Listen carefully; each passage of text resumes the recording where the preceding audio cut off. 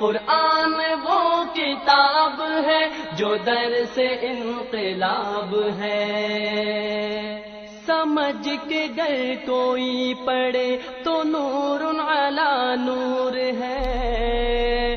قرآن sound channel کے سبھی ناظرین کو میری طرف سے السلام علیکم۔ سب سے پہلے درود و سلام اللہم صلی وسلم علی سیدنا و مولانا محمد وعلی آلہ و صحبہ اجمعین۔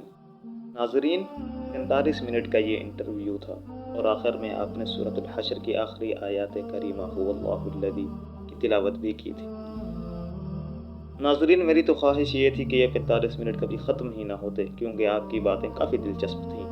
اس ویڈیو میں شیخ یاسر الدوسری نے ایک جملہ کہا اور مجھے یہ بہت اچھا لگا، امید ہے کہ آپ کو بھی بہت ہی اچھا لگے گا۔ کہتے ہیں کہ وَلَمَّا كَانَ هَذَا الْكِتَابُ بِهَذِهِ الْمَنْزِلَةِ حَيْثُ نَزَلَ بِهِ أَمِينُ السَّمَاءِ عَلَى أَمِينِ الْأَرْضِ عَزَمْتُ أَنْ أُفْنِيَ فِيهِ عُمْرِي وَأَنْ أَسْتَفْرِغَ فِيهِ طَاقَتِي۔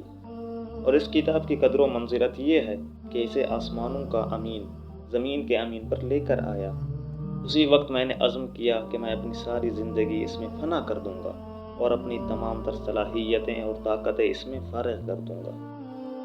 ناظرین، اور ہم نے دیکھ بھی لیا کہ شیخ یاسر الدوسری نے کیسے قرآن پاک کو مضبوطی سے تھاما کہ اب خانہ کعبہ کے امام بنے۔ اب احباب، آپ دعا میں کثرت کریں کہ شیخ یاسر الدوسری جلد از جلد واپس آ جائیں۔ ویسے یہ مقولہ امام قرطبی کا تھا۔